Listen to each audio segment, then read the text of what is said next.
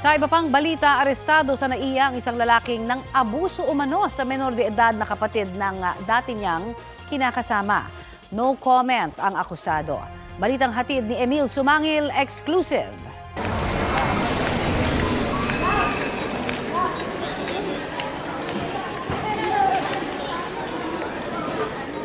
Hello, kuya. Finally, nagkasama na kayo ni ate. Halos daigin ang mga viral video ng eyeball sa airport. Pero ang sinalubong ng babaeng ito sa arrival area ng Ninoy Aquino International Airport Terminal 3, target ng pulisya. At ang kanyang ka-meet up, pati ang kumukuha ng video at maririnig na nagsasalita. Ayan, magkasama na si ate, tsaka si kuya. Finally, long distance no more. Parehong undercover police. Ang policewoman na nakaitim ang siyang nag-set ng patibong. So nakipagrelasyon itong ating operatiba dito sa tao. Hanggang sa nagkasundo sila na willing na lumuwas ng Maynila. Paglabas sa parking lot, saka lumitaw ang iba pang pulis.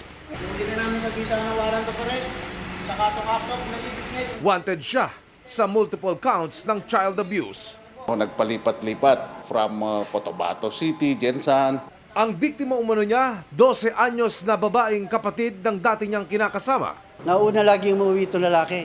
Doon sinasagawa yung pamamolestya dito sa 12-year-old na kapatid ng kanyang kalibin. Nagkaroon daw ng lakas ng loob ang biktima na makapagsumbong nang may makausap itong kaanak na nakapansin daw ng hindi normal na kinikilos ng biktima. Emil Sumangil, nagbabalita para sa GMA Integrated News. Ito ang GMA Regional TV News. Ihahatid na po ng GMA Regional TV ang maiinit na balita mula naman sa Visayas at Mindanao. At makakasama po natin si Sara Hilomen Velasco. Sara? Salamat, Connie. Sinagip ng mga otoridad ang ilang batang nangangaroling sa mga kalsada sa Talisay, Cebu. 20 bata, edad 9 hanggang 16 ang kanilang na-rescue. Ayon sa Talisay City Social Welfare Office, parte ng kulturang Pilipino ang pangangaroling. Pero hinigpitan nila ang pagbabantay sa mga pangunahing kalsada dahil delikado itong gawin doon. Paalala naman ng lokal na pamahalaan sa mga grupong balak mangaroling, kailangang kumuha ng permit alinsunod sa memorandum ng Department of Social Welfare and Development. Sunod-sunod na bagyo ang tumama sa Cagayan ito pong mga nakalipas na linggo. Kaya kamustahin na po natin ang sitwasyon doon kasunod ng bagyong Nika sa ulat on the spot ni Jasmine Gabriel Galban ng GMA Regional TV. Jasmine? Connie, maaliwalas na ang lagay ng panahon dito sa Tuguegarao City sa probinsya ng Cagayan. Pero dahil sa patuloy na pagtaas ng antas ng Cagayan River ay lubog na sa baha ang maraming bahay, partikular dito sa aming kinaroroonan sa bahagi ng barangay Sentro 10. Ngayong umaga ay mahigit na sa 600 na pamilyang nasa evacuation center matapos nga na pasukin ng baha ang kanilang mga bahay. Ang mga bahay dito sa barangay Sentro 10 aabot na sa bubong yung baha at bukod sa mga bahay, apektado rin ng pagbaha ang karamihan sa mga stalls, partikular sa may talipapa. Marami na yung mga residenteng lumikas sa evacuation center pero ang ilan sa mga residente nagtayo ng tent sa kalsada at dito na naglagay ng gamit at natulog na rin magdamag. As of 10:30 a.m., aabot na sa 10.5 meters ang antas ng Cagayan River. 17 barangay na sa syudad ang apektado ng pagbaha. Samantala, Connie, bukod sa Tuguegarao City ay nakakaranas na rin ng pagbaha sa iba't ibang bayan dito nga sa probinsya ng Cagayan, kabilang dyan yung bayan ng Tuaw at maging sa bayan ng Peña Blanca at bayan ng Bagao. Hindi na rin madaanan sa ngayon ang ilang tulay at kalsada sa probinsya ng Cagayan at province-wide ay nasa 1,710 families katumbas ng 5,154 na individual ang nasa mga evacuation center. Connie? Matapos manalasa dyan ng bagyong Nika, nagbabadya ring tumbukin ng Cagayan ng bagyong Ophel naman. Paano yan pinaghahandaan ng mga residente maging ng lokal na pamahalaan dyan?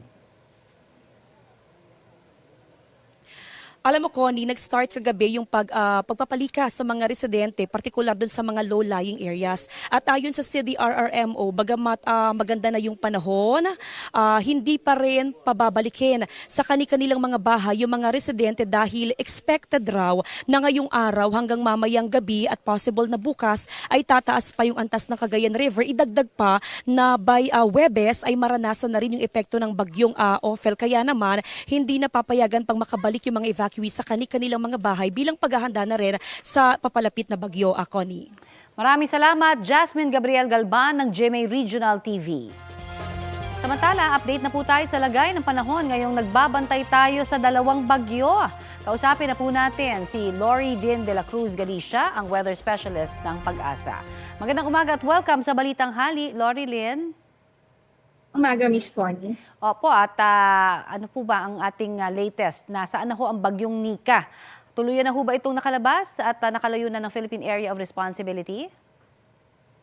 Si bagyong Nika po ay expected natin na ubas ng ating part this afternoon. Yan. So nasa loob pa siya ng ating area of responsibility but is about to exit the part na po this afternoon. Si bagyong Ophel naman, base po sa ating latest na datos, nakita siya sa layong 950 kilometers silangan ng southeastern Luzon. At taglay nito ang lakas ng hangin umaabot po sa 85 kilometers per hour near the center at gustness na 105 kilometers per hour.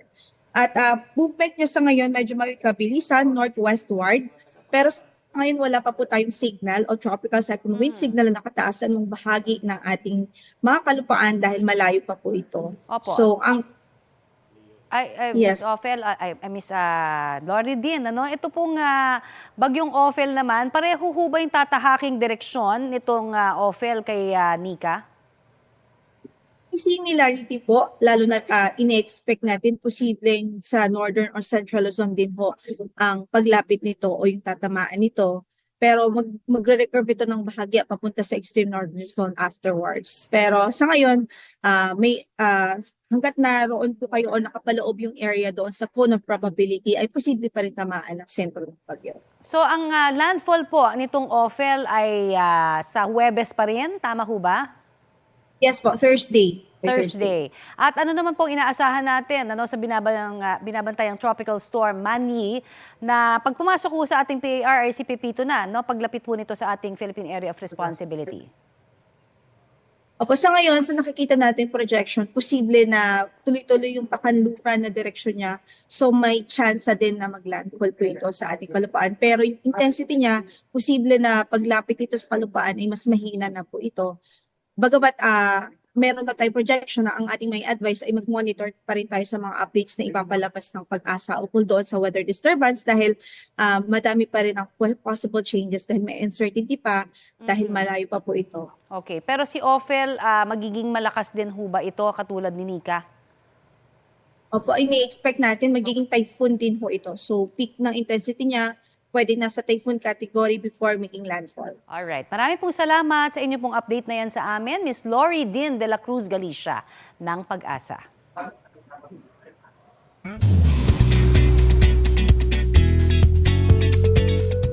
Ilang kapuso personalities at officers ang maagang nagparamdam ng diwa ng Pasko sa bagong Christmas Station ID ng GMA Network.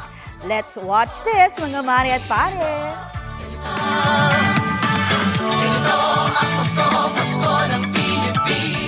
Ang Paskong Pinoy, puno ng pasasalamat. Yan ang mensahe ng 2024 Christmas Station ID ng GMA Network.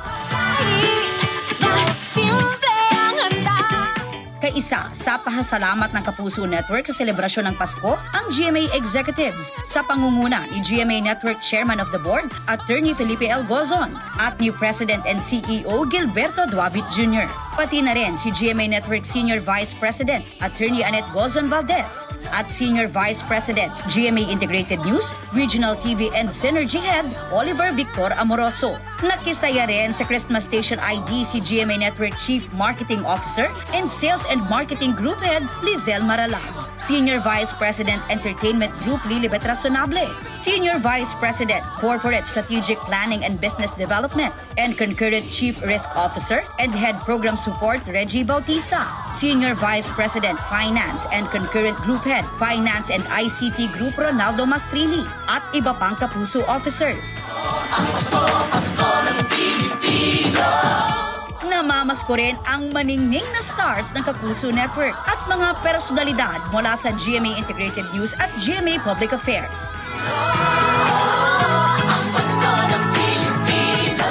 Nakiganito ang Paskong Pinoy rin ang mga bituin ng Kapuso shows, Sparkle Stars, at ang Kapuso Singers na umawit sa Christmas Station ID. Tampok sa awitin ng heartfelt moments, gaya sa reunion ng mga Pinoy tuwing Pasko.